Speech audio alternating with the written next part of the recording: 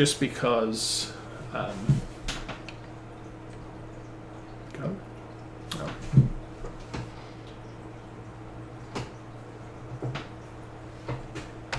Go. Go. Go. Thank you. Yeah, just because we'll be laying about half of this amount or half of this rate. Because obviously not all crops need a metric ton of nitrogen added. But I want, you know, for all the fields, I kind of want to be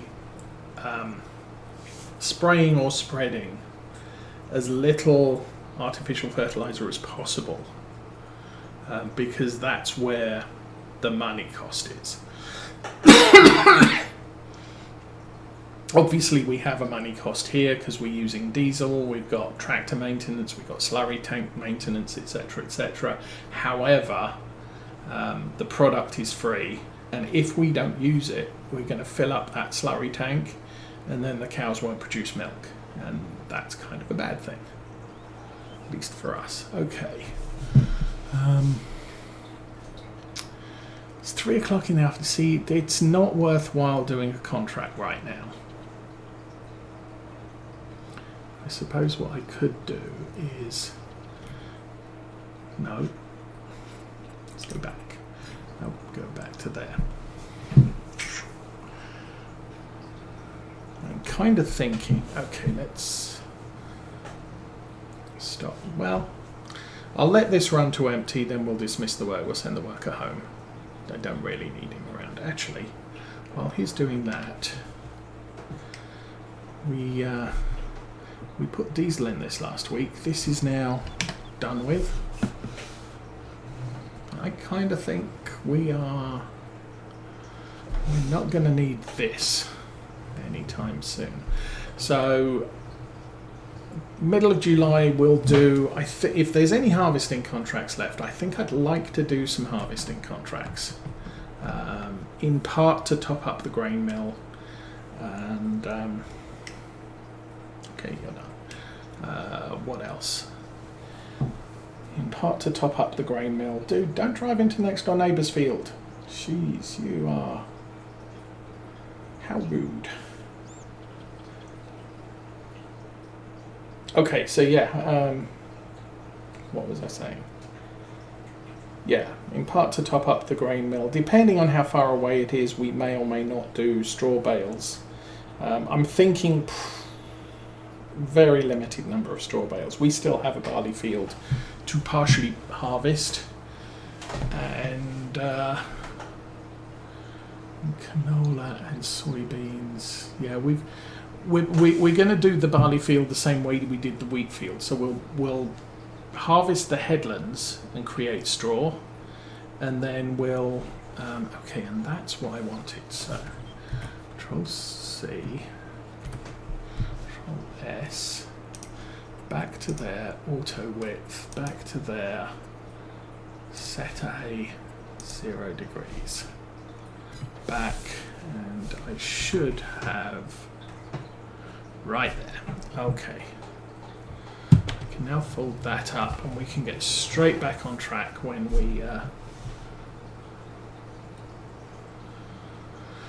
we fill up the tank. And I'll do the rest manually because I'm just sitting around watching a worker do all the work.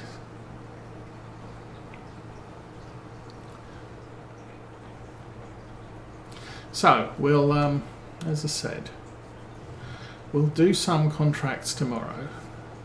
The barley field will be partially harvested and then the rest will be mowed.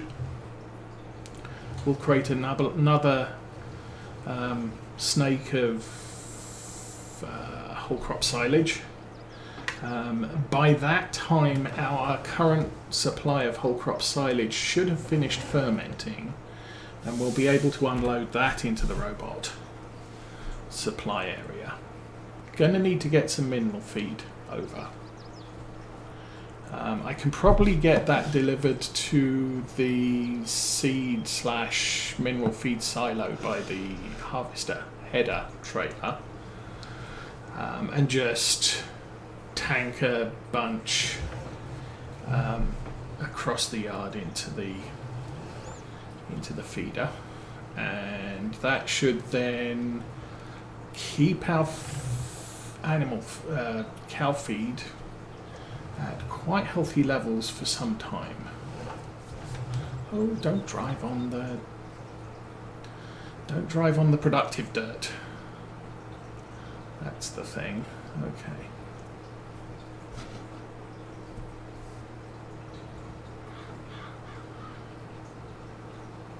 So anyway, the reason why we used the tractor with GPS for this, I can't remember if I put GPS on the John Deere yet. I might have done. It might have been a thing, but we did. Anyway, we'll unfold that. And drive forward and get it lowered, and it all turns on automatically.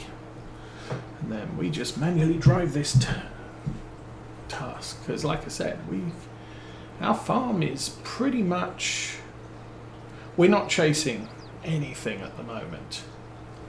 Now we may get to the point where we need to chase stuff, but for right now I can't plant anything, which means I can't apply normal fertilizer to anything. So once the slurry spreading's done, we have nothing left on our farm to do as concerns arable crops.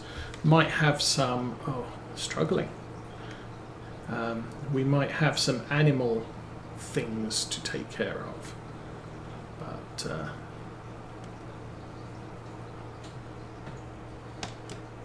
and I believe we're looking at harvesting in the arable, or harvesting from the arable field yard.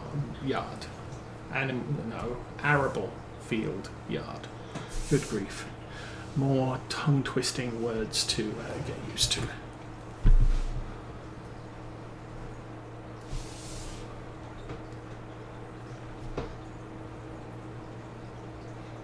Very carefully back that up. Close enough.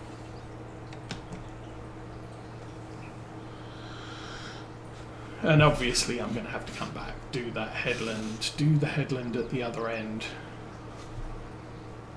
Only getting about 2.5 rows here though.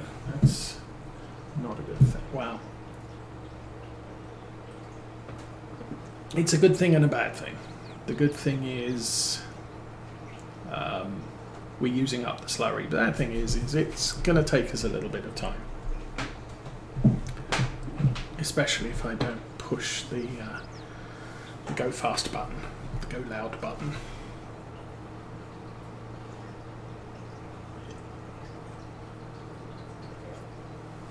Oh, and for those of you who missed the announcement, Jeremy Clarkson's farm season 2, I believe, is due 18th of February? Round about there. 18th February, 14th of February, something like that. We will get season 2 and the escapades of a motor journalist trying to run a farm. Because as he said in the first episode of the first season, how hard can it be?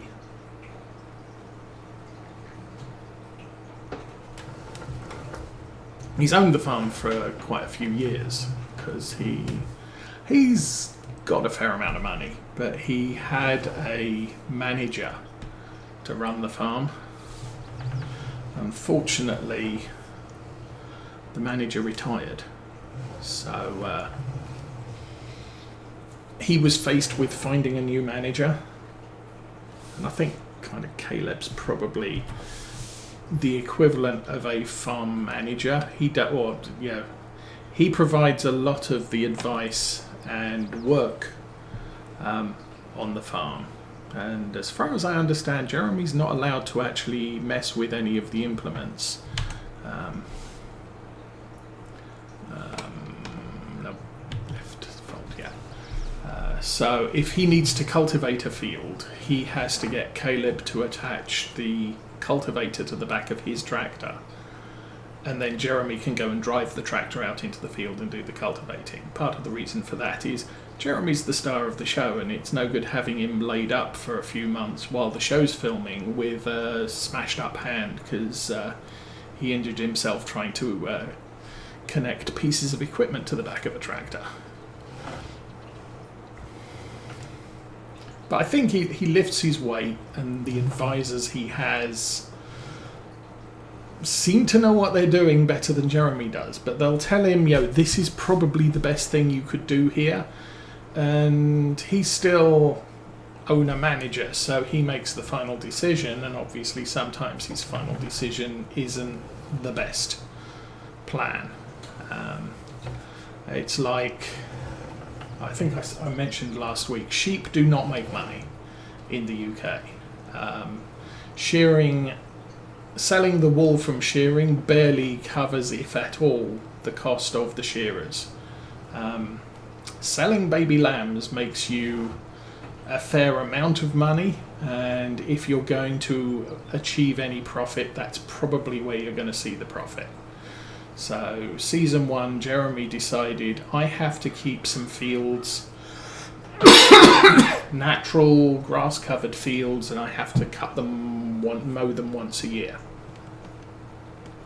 just so that they don't become uncontrolled fields of grass, due to and it's due to sort of the whole keeping the land natural and providing places for the wildlife to live.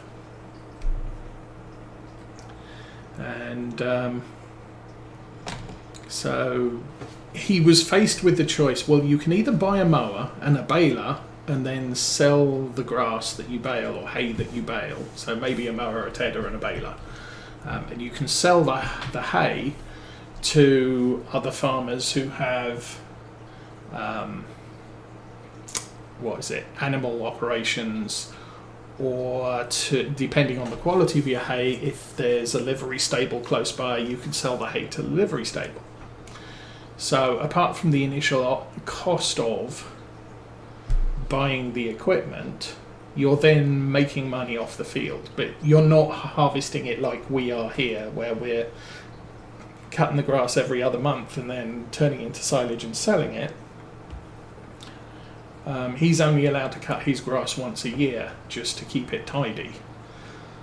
And he looked at it and said, well, sheep cut grass, don't they? Why don't I just buy myself 100 sheep and set them loose on the field, and they can keep the grass cut, plus we can make money off the sheep. Well, sadly for him, you don't make a lot of money off the sheep. He had to employ a sheepherder, person to care for the sheep. And at the end of the year, he just literally made nothing off the sheep. Because, and admittedly, the first year you have to factor in, well, you bought all the sheep as well. So you spent a ton of money buying some sheep, you hired a shepherdess, you hired the shearers, you sold the wool, you sold some lambs, and you didn't have much to show for it. And the grass is nice and short in your grass field. Well, okay. However, he loves the sheep. He ended up helping a sheep deliver a lamb. And it's sort of, while as a financial endeavour the sheep sucked,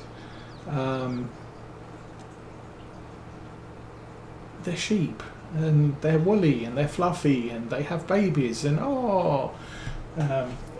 so I don't think at the end of it, he might say financially this sucked, but I've had such an experience raising sheep, because who wouldn't?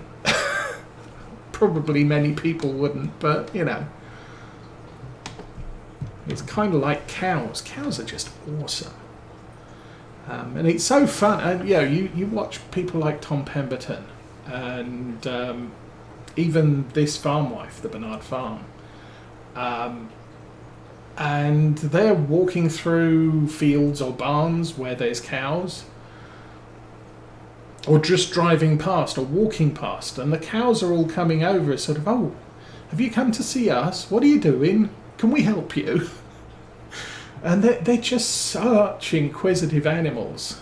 I think it was Pemberton was filming something, possibly one of his dairy tours. And so the cows were coming out from being milked, and the first few went straight out the exit, and then the next one sort of, oh, there's a camera there, I'll just pose. It was just, hi cow. And then, the next cow came out, so, oh, you're posing for the camera? Me too. And from that point, all of them started posing for the camera rather than heading straight out to the field. And just inquisitive animals. I'm not sure pigs are quite so inquisitive. Unfortunately, I don't know of anyone who does a YouTube pig farm in real life.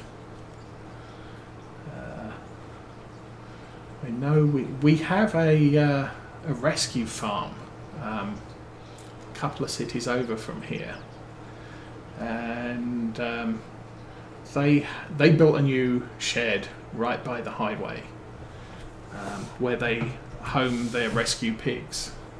And we probably shouldn't call it what we call it, but we call it the Chelsea House of Bacon. But, they have quite a few pigs there. Oops. They're just during the summer you can't see them because there's some. I mean, they're not very good hedges, but fairly ratty hedges, but they produce a lot of leaves. So over the summer you can't really see the pigs when you're driving past, unless you're in a big truck. But during the winter, when they're not huddled up indoors because it's too darn cold outside, you can always see the pigs routing around in the dirt.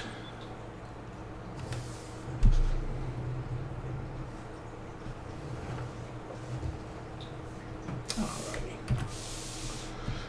I think I could probably just hold that straight forward without lining it up.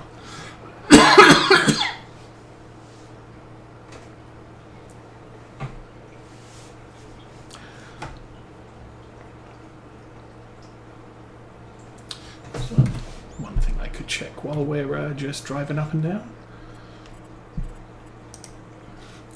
We are on our 4th year. I think I refunded the collectible I found because that was a completely unintentional collect. I didn't realise it was here or it was there, and I think I was out of a vehicle.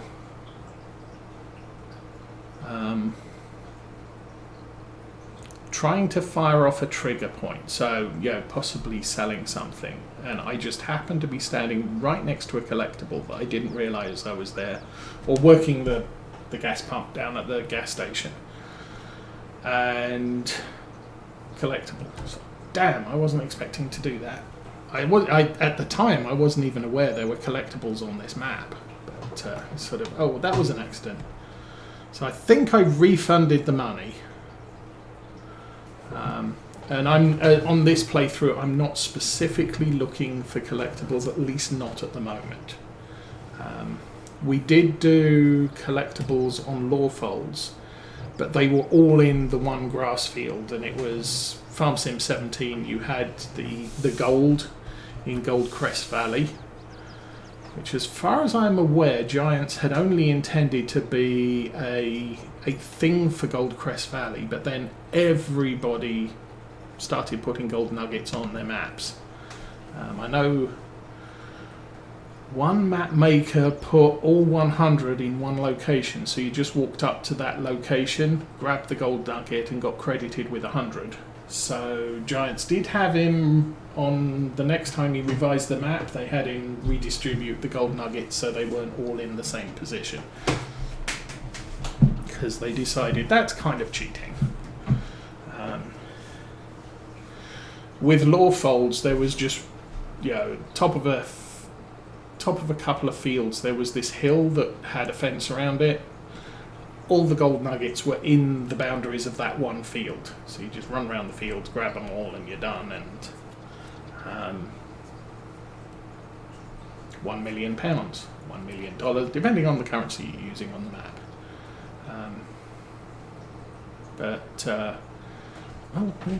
Empty again. Let's go.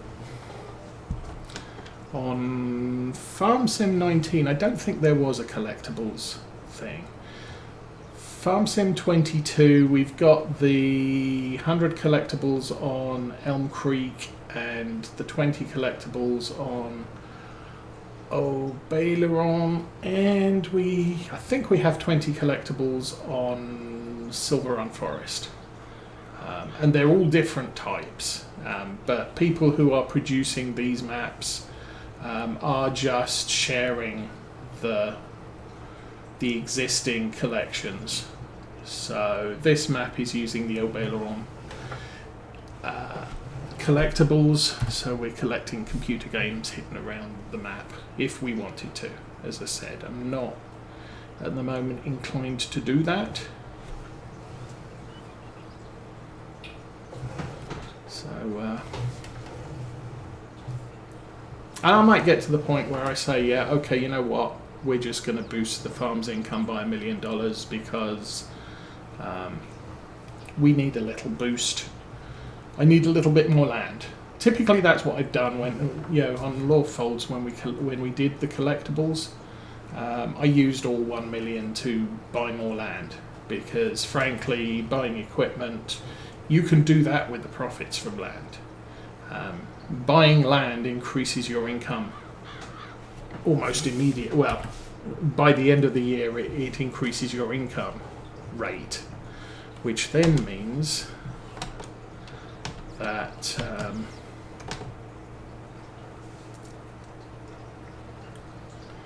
you can buy more equipment next year.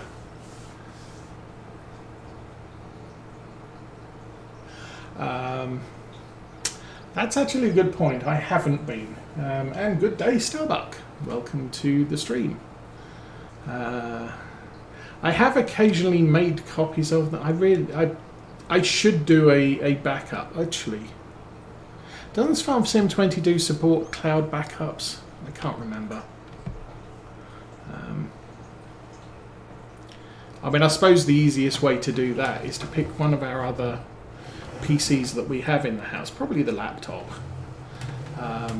add Farming Simulator 22 to it under my account, and then seeing if I can load the game from there. The problem we had with Farm Sim 19, it wasn't cloud saved, and so we lost everything. But I think here we're now supporting a cloud save, so I don't have to be quite as concerned with a hard drive failure. But yes, that is a good point and something that everybody should consider, not just people who stream. Because it would be quite arduous to rebuild the farm the way it is now. Like, hey, let's find a Deutz that's 128 hours on it and 5 years old. Actually, I don't know how. Actually, that's probably not far gone. Thinking about it, if we go to owned equipment, it's a medium tractor and it is 69 months old. That's 60 is 5. So this tractor is almost 6 years old. We had it almost from the start of the game. I think the first couple of months I was using a Massey Ferguson S6 because I find the Massey Ferguson S6 to be a reasonable compromise between price, capabilities, and so it kind of makes a fairly good medium tractor for a farm. Especially a starting tractor. You can run all the tyre options, you can have a front loader, I think it runs up to about 235 horsepower, or 220 horsepower. Let's put that on. Oh, we're nearly empty. So I'll run until we empty the tank, and then we'll go and log. But it's the smallest of the medium tractors.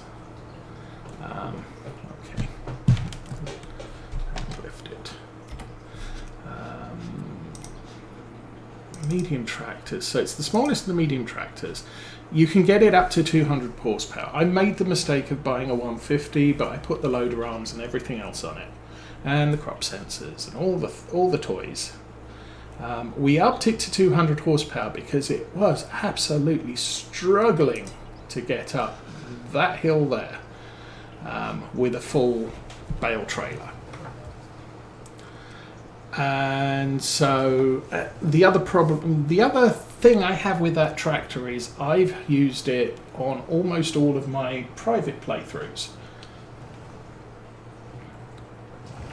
And so, you know, it's sort of, it's my starting tractor everywhere. I don't really want to use the same tractor on everything. I got into the same habit in Farm Sim 17 with the Valtra N.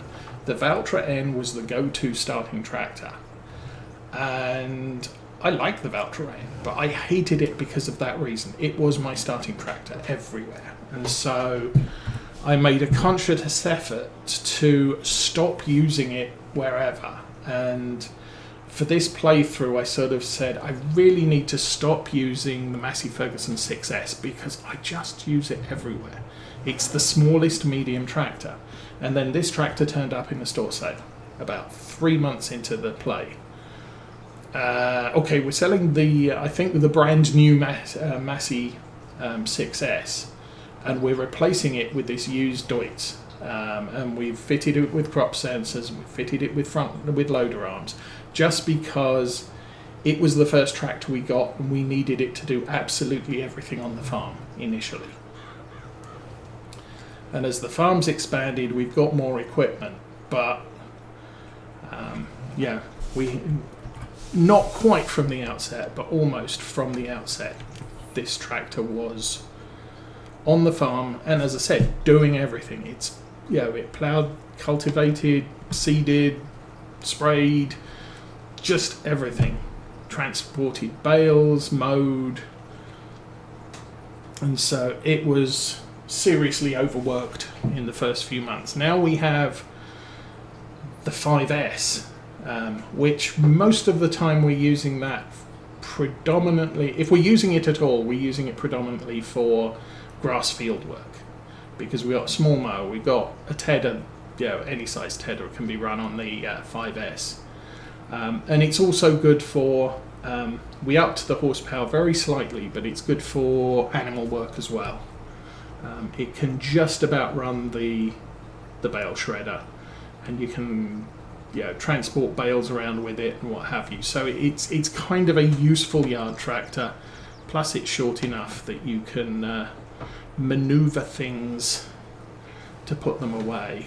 The other thing I'm using the 5S for is loading pallets in the yard, just because it's the smallest, most manoeuvrable tractor. I'm using the front loader arms on this tractor less and less, primarily just to pick rocks, because it's got GPS on it and the Massey hasn't, because why would you put GPS on a tiny little 5S, which is mostly being worked with a worker. And then the last tractor we got was a John Deere 8R, which is big.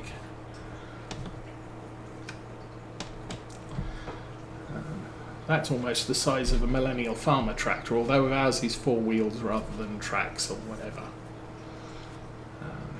And I do like the 8R is a good tractor for us.